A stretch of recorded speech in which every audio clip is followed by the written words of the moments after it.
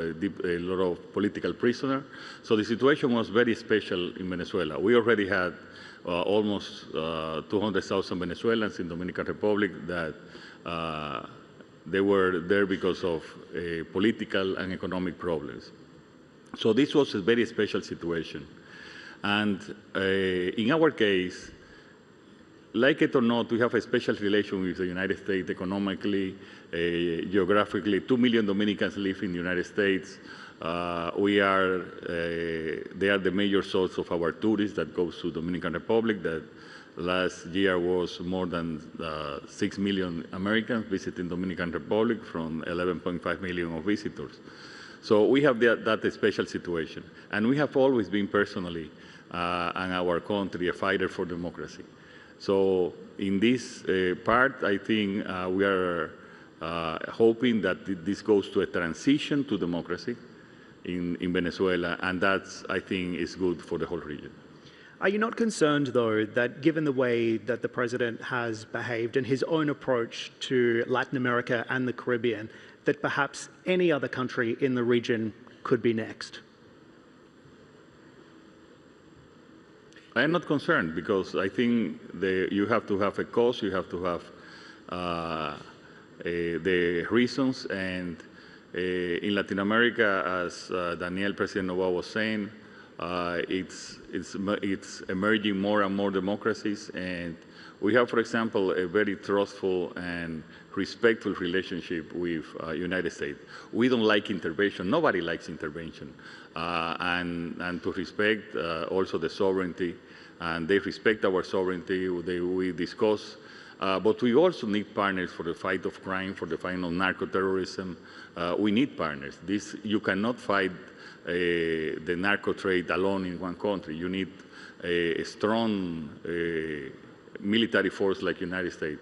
So we work very respectful, and we have done very well together, and we have a very fine relationship. President Peña, can I have you react to that as well? Sure. No, I think that what is important is what we understand for the Monroe Doctrine. This is a 200-year-old belief that the U.S. security is also affected by the environment of the U.S., and this is the Western Hemisphere. But if you go back to 1823, many of the countries in Latin America were still struggling to get independence. In the case of Paraguay, we were among the first ones to get independence in South America in 1811. So our situation was quite different back then to what is today. Today we see a partnership relation. We don't see a submission relation with the U.S. Paraguay is a strong partner with the U.S., and the same applies to Ecuador and Dominican Republic. But that doesn't mean, because we have a strong partnership, is that we have to put our own interests second to the interests of the U.S. No, we respect their interests, but we also have our interests. The good thing is we have mutual interests and things that we are both agreeing. One of them is that organized crime is probably one of the greatest threats for the Western Hemisphere.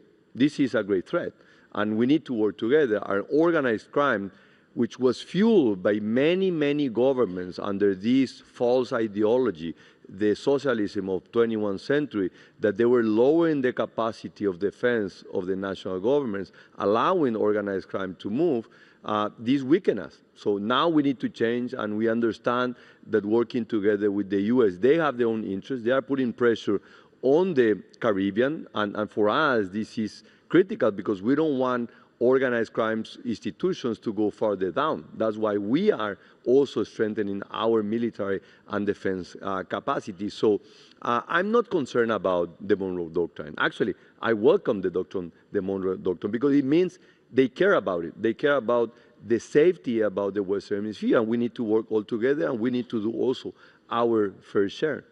President Noboa, you've also addressed this, but what we saw in Minneapolis is a case in point here. Of course, ICE agents attempting to enter the Ecuadorian consulate inside Minneapolis. In your view, sir, was that a breach of sovereignty, and did you ever get an apology from the United States? No, we saw the videos. We saw it was an initial attempt. It didn't go through, and we had a letter of protest. And we talked and we sorted it out. like I said, we need to understand which of the interests align and which don't. And something that's not negotiable is our own principles. But on the other hand, we need to understand that the U.S. is our main trade partner and that we have over 500,000 Ecuadorian immigrants in the United States, the great majority, hardworking people that just want to have a good life and want peace. Not to be petty, but do you want an apology? Well, they gave us an explanation. They gave us, it was shown that they didn't cross, the final line, you'd say. So we protested. They gave us an answer and an explanation, and that's it. So that's the state of play inside the region today with a perspective from each president. Let's shift focus to what's happening inside the UAE, because there is, of course, a reason that each of you are here at the World Government Summit, and I wanted to unpack that as well. President Peña, you've been working with UAE companies to build infrastructure in Paraguay in particular. Tell us about your ambition to build on your trade and investment ties, not just with the UAE, but also with the Gulf.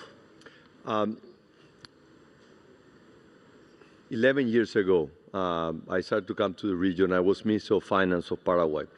So I was